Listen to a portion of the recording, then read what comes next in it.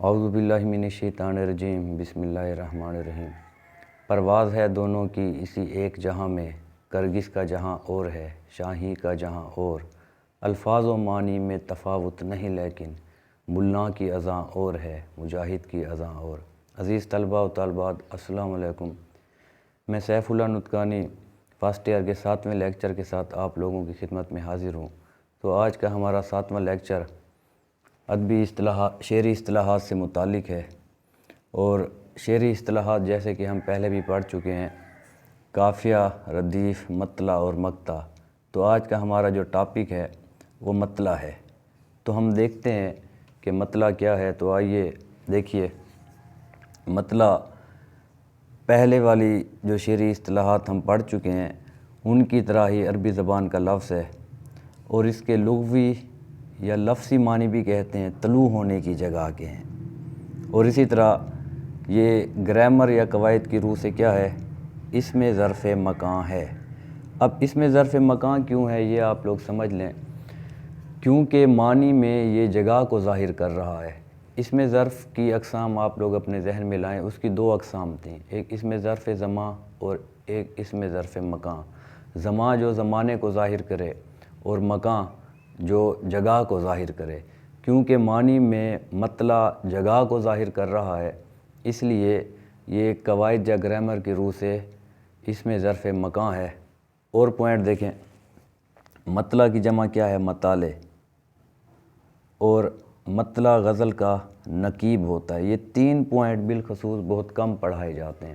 اب نقیب کیا ہے، اس کو سمجھانے کے لیے یوں دیکھیے کہ جیسے پہلے دور میں بادشاہ سیر سپاٹے کے لیے نکلتے تھے یا کہیں جانا ہوتا تو اس کے ساتھ وزراء، عمراء، نواب لوگ ہوتے تھے، اور ایک فوج ہوا کرتی تھی، سپاہی ہوتے تھے۔ اب اس پورے ہجوم کے آگے آگے ایک سپاہی چل رہا ہوتا، ایک شخص چل رہا ہوتا جو یہ کہتا چلا جاتا کہ بادشاہ سلامت تشریف لا رہے ہیں، تو وہ آگے آگے چلنے والا وہ نقیب کہلاتا تھا۔ مطلع بھی دیکھیں، کیونکہ بالکل غزل کا پہلا شعر ہوتا ہے، اس لیے یہ غزل کا نقیب کہلاتا ہے، یعنی یہ آگے آگے چل رہا ہوتا ہے۔ تو اب ہم مطلع کی تعریف پر آتے ہیں۔ تو دیکھیے اس کی تعریف کیا ہے۔ غزل یا قصیدے کا پہلا شعر جس کے دونوں مصرے ہم قافیہ و ہم ردیف ہوں یا صرف ہم قافیہ ہوں مطلع کہلاتا ہے۔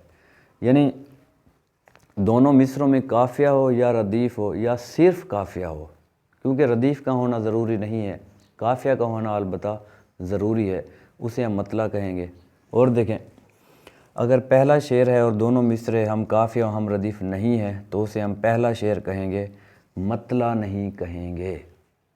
یہ آپ لوگ سمجھ لیں، پہلے شعر غزل یا قصیدے کے پہلے شعر کے دونوں مصروں میں قافیہ اور ردیف ہے تو مطلع، اگر دونوں میں نہیں ہے، ایک میں ہے، تو اسے ہم پہلا شعر کہیں گے، اسے ہم مطلع نہیں کہیں گے۔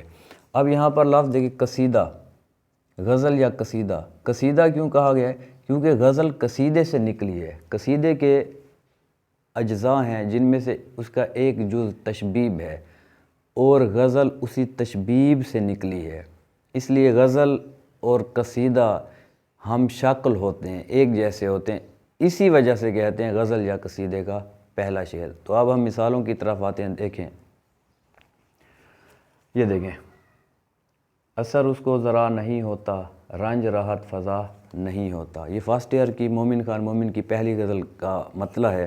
تو ہم دیکھتے ہیں کیا یہاں پر قافیہ اور ردیف بھی موجود ہے یا نہیں ہے۔ دیکھیے، نہیں ہوتا، نہیں ہوتا، انہیں ہم کیا نام دیں گے، ردیف کا، کیونکہ ایک جیسے الفاظ ہیں اور شعر کے آخر میں آ رہے ہیں۔ اب جہاں جہاں ردیف ہوگی اس سے پہلے والے الفاظ جو ہم وزن، ہم آواز ہوں گے وہ قافیہ کہلائیں گے۔ دیکھیں، ذرا اور فضا، ان کو کیا کہیں گے ہم، یہ قافیہ ہیں۔ تو شرط پوری ہو رہی ہے، لہٰذا ہم شعر کو کیا کہیں گے، یہ شعر کہلائے گا مطلع۔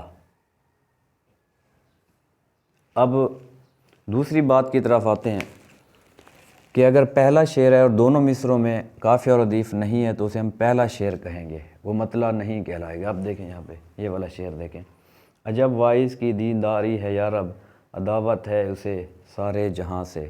اب دونوں مصروں میں قافیہ اور ردیف کی پابندی نہیں ہے، اور یہ غزل کا پہلا شعر ہے، لہذا ہم یہاں پر لکھ لیتے ہیں یہ کیا کہلائے گا، غزل کا پہلا شعر کہلائے گا۔ یہ دیکھیں، اب میں اور پوائنٹ آپ لوگوں کو سمجھاتا ہوں۔ اب یہاں پر دیکھیں آپ لوگ، یہ یہاں پر غزل یا قصیدے میں ایک سے زیادہ مطلع آ سکتے ہیں، جیسے مطلع اول اور حسن مطلع، ٹھیک ہے۔ اب دوسرا پوائنٹ دیکھیں، اس کے علاوہ مطلع ثانی، مطلع ثالث بھی ہوتے ہیں جن کا جدا مفہوم ہے، یہ میں سمجھاتا ہوں آپ لوگوں کو، اور مطلعوں کی تعداد زیادہ سے زیادہ 4 ہوتی ہے، یعنی اس سے زیادہ نہیں ہوتی۔ اب میں جو بات سمجھانے لگا ہوں وہ آپ لوگ اپنے ذہن میں بٹھاتے ہیں۔ یہ مطلع اور حسن مطلع یہ کیا ہے، یہ دیکھیں، یہ فرسٹ ایئر کی مومن خان مومن کی دوسری غزل ہے۔ ٹھانی تھی دل میں اب نہ ملیں گے کسی سے ہم، پر کیا کریں کہ ہو گئے ناچار جی سے ہم۔ اب دیکھیں یہاں پر ہم یہ دیکھتے ہیں کہ دونوں مصرے قافیہ اور ردیف کی پابندی کے ساتھ ہیں، سے ہم، یہ قافیہ ہو گئے، یہ ردیف ہو گئے، یہ کسی اور یہ جی، یہ کیا کہیں گے، ہم قافیہ کہیں گے، لہذا یہ شعر کیا کہلائے گا، یہ شعر مطلع کہلائے گا۔ اب اس کے فوراً بعد والا شعر دیکھیں، ہنستے جو دیکھتے ہیں کسی کو کسی سے ہم، منہ دیکھ دیکھ روتے ہیں کس بے کسی سے ہم۔ اب اس کے بھی دونوں مصروں میں کیا ہے، قافیہ بھی ہے ردیف بھی ہے، سے ہم، ردیف کسی اور بے کسی۔ تو اب جب اس طرح کی شکل ہو تو ہم کہیں گے کہ یہ ہے حسن مطلع۔ اب اس کے بعد والا شعر دیکھیں، ہم سے نہ بولو تم اسے کیا کہتے ہیں بھلا، انصاف کیجئے پوچھتے ہیں آپ ہی سے ہم۔ دونوں مصروں میں قافیہ اور ردیف نہیں ہے، یہ عام شعر کہلائے گا۔ تو یہاں پر پہلی غزل دیکھیں، اثر اس کو ذرا نہیں ہوتا، رنج راحت فضا نہیں ہوتا، مطلع ذکر اغیار سے ہوا معلوم، حرف نا سے برا نہیں ہوتا۔ یہ اس کے فوراً بعد والا شعر ہے اس غزل کے۔ جب اس طرح ہو تو یہ عام شعر کہلائے گا، کیا کہلائے گا، عام شعر کہلائے گا، یہ عام شعر، ٹھیک ہے۔ اب جب اس شکل میں ہو تو یہ حسن مطلع۔ اب مطلع جو ہے اصل میں جو میں بتانے لگا ہوں یہ غلط پڑھایا جاتا ہے، یعنی کیا پڑھایا جاتا ہے، یہ شکل ہو اس طرح شعر ہو تو مطلع اول، جب اس طرح ہو تو حسن مطلع۔ اب اگر تیسرا شعر بھی اس کے بھی دونوں مصروں میں کیا قافیہ اور ردیف آ جائے تو اس کو پھر حسن مطلع ثانی کر جاتے ہیں اسے، یہ پھر حسن مطلع کر جاتے ہیں۔ اگر 4 شعر ایسے آ رہے ہوں کسی غزل میں یا قصیدے میں کہ چاروں اشعار کے اندر قافیہ اور ردیف دونوں مصروں میں چل رہے ہوں تو پہلے کو مطلع اول کہہ جاتے ہیں، دوسرے کو مطلع ثانی، تیسرے کو ثالث، چوتھے کو حسن مطلع کہہ جاتے ہیں۔ یہ غلط پڑھایا جاتا ہے۔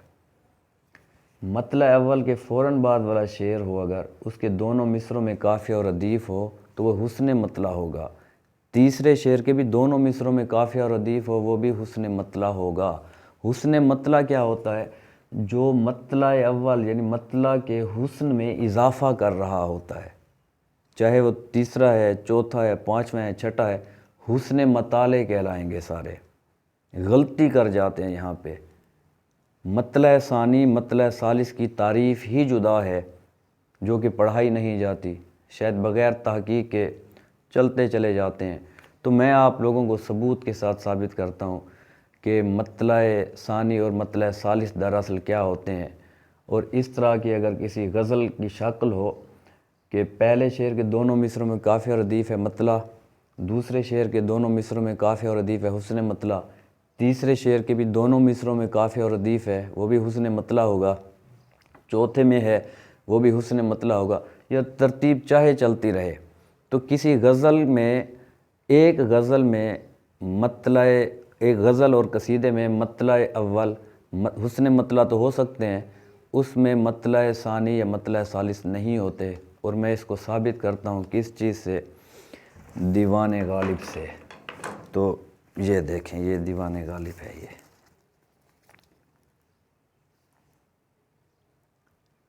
اب دیکھیں یہ قصائد، ٹھیک ہے۔ اب یہاں پر دیکھیے،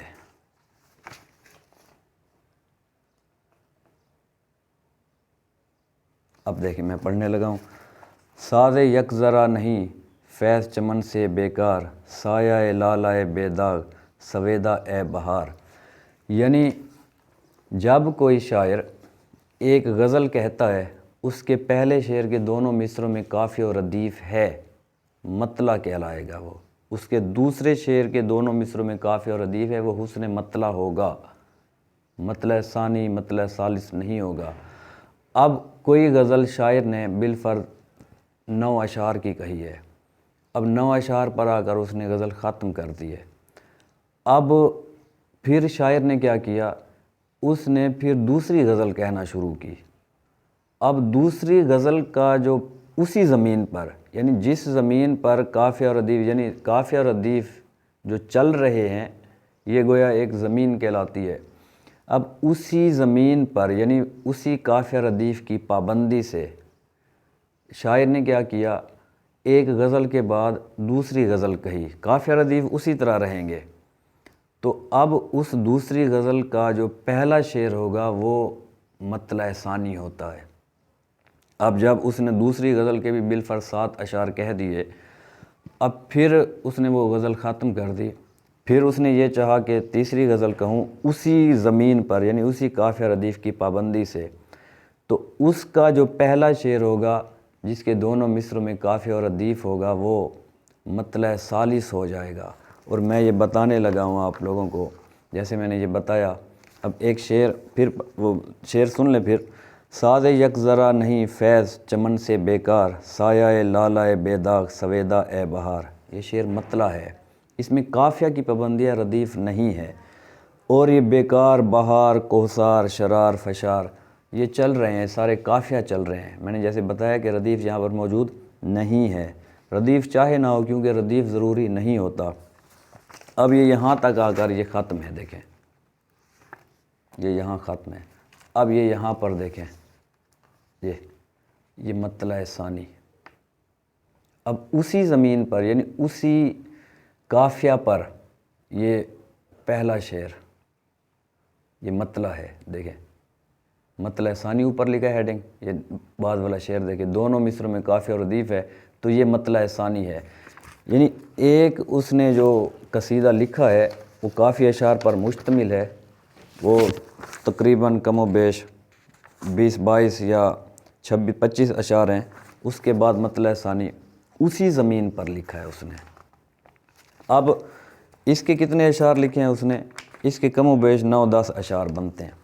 اب یہاں پر آ کر اس نے ختم کر دیا۔ اب اگر وہ چاہتا کہ اسی زمین پر وہ کوئی اور قصیدہ شامل کرے، ایڈ کرے، یا غزل ہوتی تو تیسری غزل ہوتی، تو اس کا جو پہلا شعر ہوتا اس کے دونوں مصروں میں قافیہ اور ردیف ہوتا تو وہ مطلع ثالث ہو جاتا، یعنی مطلع اول، مطلع ثانی، حسن مطلع ثالث، ان کی تعریف ہی جدا ہے۔ مطلع ثانی اور مطلع ثالث کی تعریف ہی جدا ہے۔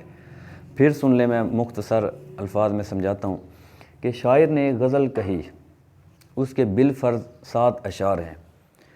اب اس پہلی غزل کے دونوں مصروں میں جو قافیہ اور ردیف ہے وہ مطلع اول کہلائے گا۔ اب اس نے پھر دوسری غزل اسی زمین میں کہی ہے، یعنی اسی قافیہ ردیف کی پابندی کے ساتھ جو اس نے پہلے کہی، تو اس کا جو پہلا شعر ہوگا وہ مطلع ثانی ہوگا، اوپر لکھ لیا جاتا ہے ٹائٹل کہ مطلع ثانی کی غزل ہے یہ۔ اب اس کے بالفرض اس نے 9 اشعار لکھے، پھر تیسری اس نے وہ ختم کر دی۔ اب 9 اشعار کے بعد اس نے پھر چاہا کہ اسی قافیہ ردیف کی پابندی کے ساتھ وہ تیسری غزل کہے، تو اس تیسری غزل کا جو پہلا شعر ہوگا اس کے دونوں مصروں میں قافیہ اور ردیف ہوگا، وہ مطلع ثالث کہلائے گا، اور اوپر ٹائٹل دے گا کہ یہ مطلع ثالث کی غزل ہے۔ اس کو 2 غزلیں، 6 غزلیں، 4 غزلیں بھی کہا جاتا ہے۔ یعنی ایک ہی زمین پر، ایک ہی قافیہ ردیف کی پابندی سے شعراء حضرات آج کل بہت کم لکھتے ہیں، پہلے لکھ گئے ہیں، جیسے میں نے آپ لوگوں کو دیوان غالب کی مثال دی ہے۔ تو امید کرتا ہوں کہ آپ لوگوں کو یہ میرا لیکچر سمجھ آیا ہوگا، اور آپ لوگوں کو یہ بھی سمجھ آیا ہوگا کہ مطلع ثالث، مطلع ثانی، مطلع ثالث یہ کیا ہوتے ہیں، جو غلط پڑھائے جاتے ہیں۔ شاید میری اس بات پر شور مچایا جائے، واویلا ہو، لیکن میں نے ثبوت آپ لوگوں کے سامنے رکھا ہے۔ امید کرتا ہوں سمجھ میں آیا ہوگا۔ اگر آپ لوگوں کو میرا یہ لیکچر پسند آیا ہے تو میرے چینل کو ضرور سبسکرائب کریں۔ اللہ ہم سب کا حامی و ناصر ہو۔ اللہ حافظ۔